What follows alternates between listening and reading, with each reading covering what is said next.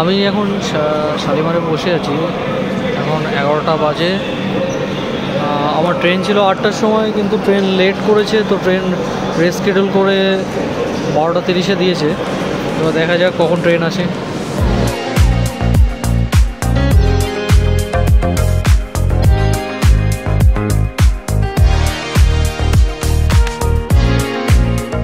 বেশ কিছুদিন ঘোরাঘুরি থেকে বিরতি নিয়ে এবার আমি চললাম মধ্যপ্রদেশের উদ্দেশ্যে। আমার এবারের গন্তব্য মধ্যপ্রদেশের উমারিয়া।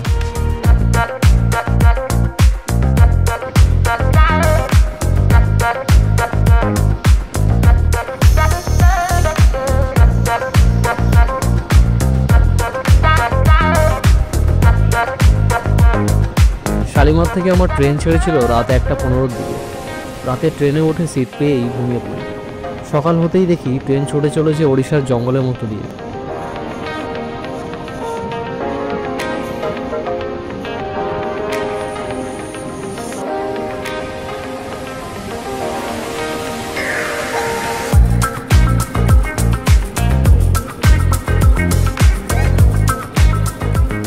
আমার একটা দাদা কর্মসূত্রে থাকে মধ্যপ্রদেশ।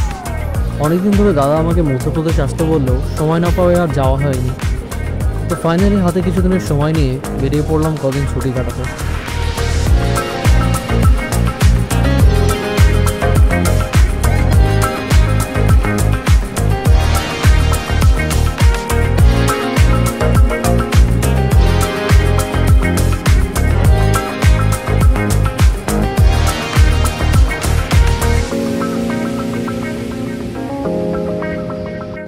এই হচ্ছে আমার ট্রেন।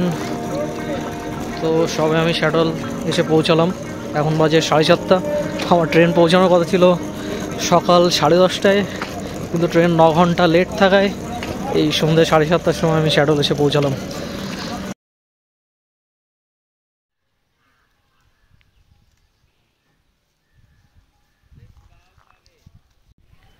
তো এখন বাজে সকাল 11টা, আর আমি দাঁড়িয়ে আছি মধ্যপ্রদেশের বীরসিংপুর নামের একটা জায়গায়। এটা পড়ছে মধ্যপ্রদেশের উমারিয়া ডিস্ট্রিক্টের। আশেপাশটায় পাহাড় ছোট ছোট, আর বেশ সুন্দর সানি ডে আজকে। হালকা হাওয়া বইছে। গরম আছে, তবে খুব বেশি যে গরম তাও না। বেশ সুন্দর স্নিগ্ধ পরিবেশ। এই হচ্ছে পিচের রাস্তা। এই পিচের রাস্তা দিয়ে সোজা চলে যায় থার্মাল প্ল্যান্টে। এখানে একটা থার্মাল প্ল্যান্ট আছে, সেই থার্মাল প্ল্যান্টে যাওয়ার রাস্তা এখানে এটা। তো আরেকটা জিনিস যেটা এখানে লক্ষ্য করলাম, এখানে প্রচুর পরিমাণে বাঁদরের উপদ্রব রয়েছে। কারণ এই আশপাশটায় পুরো জঙ্গল এরিয়া। শুধুমাত্র এইটাই হচ্ছে কলোনি। কলোনিতে যা লোক আছে তা খুবই কম। তো তাই বাঁদরের উপদ্রবটা এখানে বেশি হয়। এখানে দিনের বেলায় কেউ জানলা দরজা খোলা রাখতে পারে না। জানলা খুললেই বাঁদর ঘরে ঢুকে আসে আর তাণ্ডব করা শুরু করে।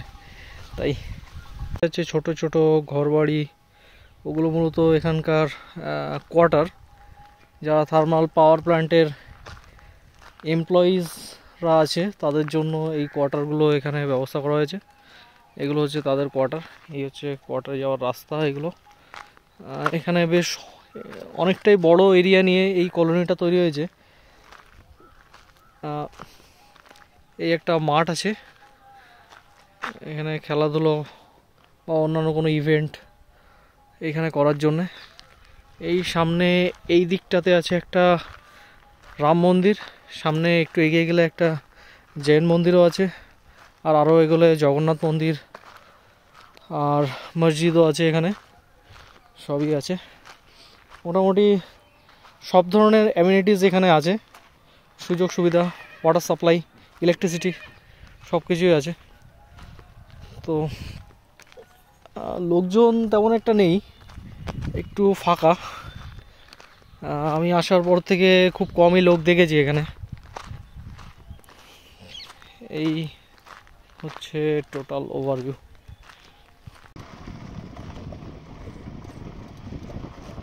সামনে থেকে বামে, হ্যাঁ, ঢালাই রাস্তা।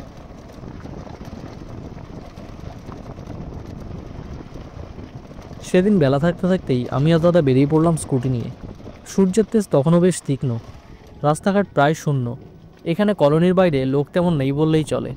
গরম খুব বেশি লাগছে না, তবে ওয়েদার ভীষণই ড্রাই।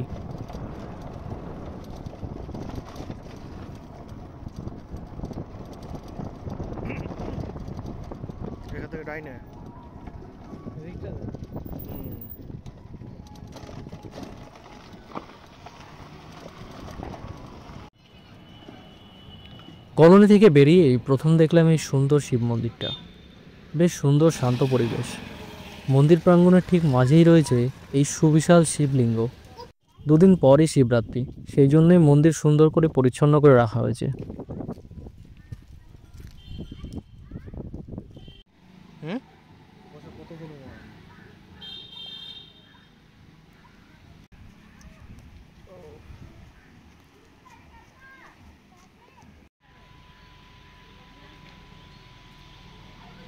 মন্দিরে কিছু সময় কাটিয়েই আমরা আবার বেরিয়ে পড়লাম।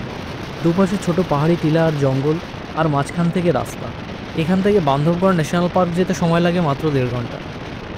বান্ধবগড় ফরেস্ট বাঘের জন্য সারা ভারতবর্ষে ওয়াইল্ড লাইফ প্রেমীদের কাছে খুবই জনপ্রিয়। প্রায় সারা বছরই বান্ধবগড় ফরেস্টে বাঘের দেখা পাওয়া যায়। পড়ন্ত বিকেলে লেকের পাশ দিয়ে যাওয়ার সময় শীতল হাওয়াতে শরীর যেন আলাদাই এনার্জি পেল।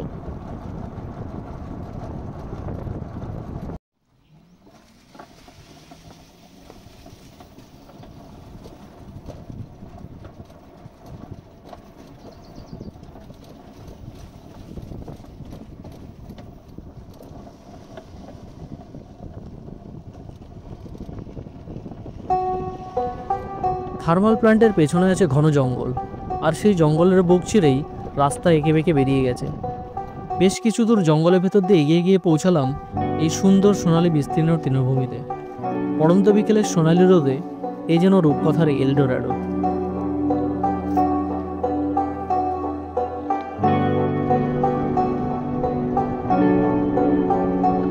কিছুক্ষণ ওখানে থেকে আমরা আমাদের আজকের শেষ গন্তব্য লাভার্স পয়েন্টের দিকে এগিয়ে গেলাম।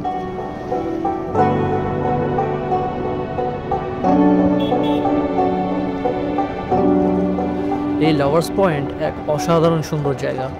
প্রায় লেকের মাঝ বরাবর রয়েছে এক বিশাল ওয়াটার রিজার্ভার। এই রিজার্ভারের নাম হচ্ছে মগধার ড্যাম, আর স্থানীয়দের কাছে এটাই হচ্ছে লাভার্স পয়েন্ট।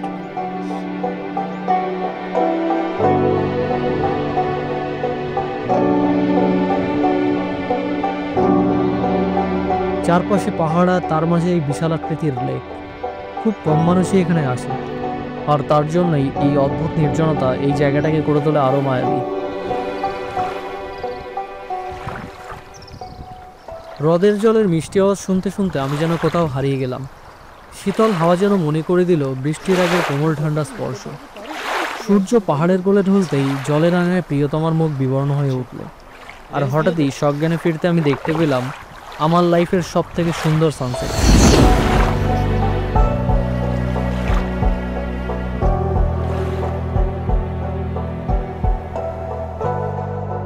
পরদিন সকালে আমি দাদার সাথে গেলাম থার্মাল প্ল্যান্ট দেখতে। এখানে ছবি আর ভিডিও তোলা একদমই নিষেধ, তবে আমি লুকিয়ে কিছু ছবি আর ভিডিও নিয়েছিলাম।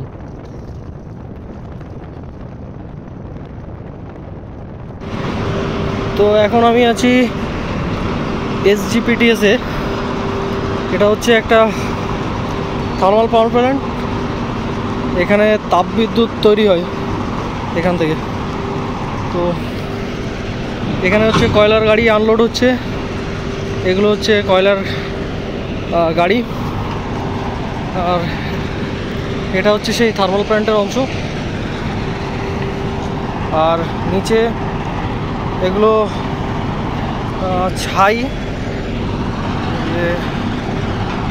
এগুলো পুরো ছাই।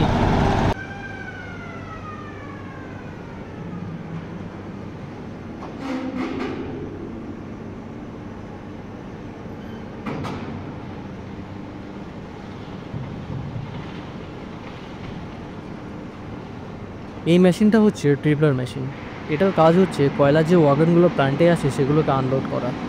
ওয়াগনগুলোকে প্রথমে ট্রিপলার টেবিলের উপর বসানো হয়, তারপর এগুলোকে প্রায় 90 ডিগ্রির উপরে ঘুরিয়ে কয়লাকে আনলোড করা হয়। এই কয়লাগুলো যায় নিচে থাকা অ্যাপ্রন ফিডারে, সেখান থেকে কনভেয়ারে করে এগুলো ক্রাশারে পাঠানো হয় গুঁড়ো করার জন্য। তারপর এই কয়লার পাউডারকেই প্রচণ্ড উত্তাপে জ্বালিয়ে তৈরি করা হয় তাপবিদ্যুৎ। প্রসেসটা মুখে বলাটা যতটা সোজা ততটা আদৌ সোজা নয়। প্রতিদিন প্রায় কয়েকশো ওয়াগন এভাবেই আনলোড হয় এখানে।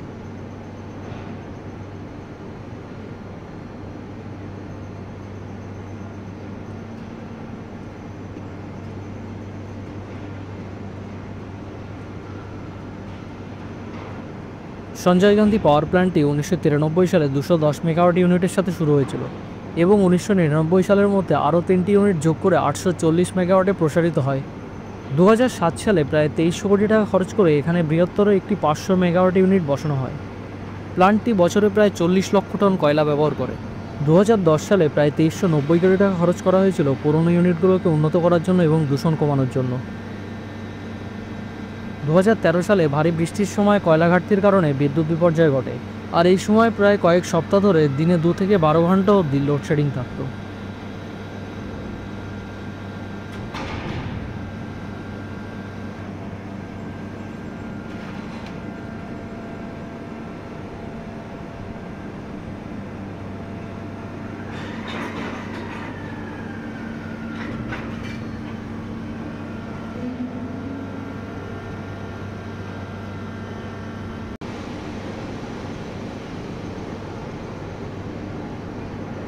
থার্মাল প্ল্যান্টের ভিতরে সাধারণ মানুষের প্রবেশ সম্পূর্ণ রকমই নিষিদ্ধ। আমি গেছিলাম দাদার গেট পাসে ভিজিটার হিসেবে। ভেতরে কয়লার ছাই আর বিষাক্তকর রাসায়নিক গ্যাসের জন্য শ্বাস নেওয়াটা বেশ অসুবিধার। এখানকার এমপ্লয়িজদের এরকম বিষাক্তকর পরিবেশে রোজ কাজ করাটা যে কতটা বিপজ্জনক তা আন্দাজ করাই যায়।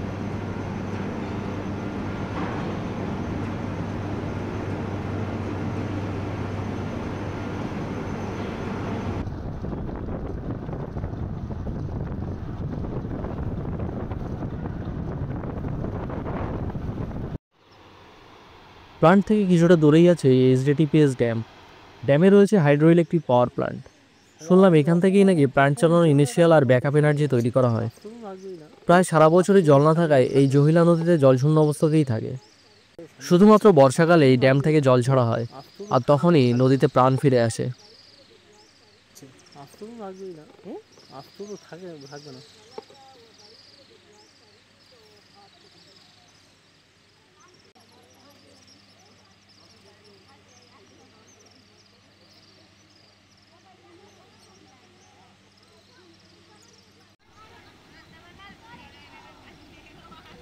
ড্যামের আশেপাশে বেশ ঘন জঙ্গলে ভর্তি।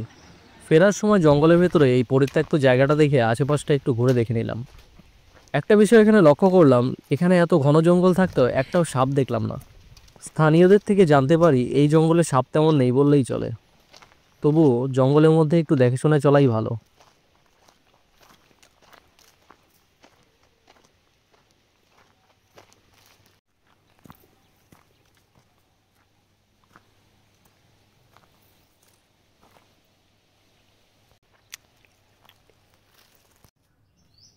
কোয়ার্টারে ফিরতেই দেখি একদল হনুমান ছাদের পাশের গাছে বসে রয়েছে।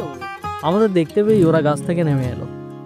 দাদা ওদের কিছু আঙুর ফল খেতে দিল, আর আমিও তাড়াতাড়ি ক্যামেরাটা বার করে কিছু শর্টস নিয়ে নিলাম।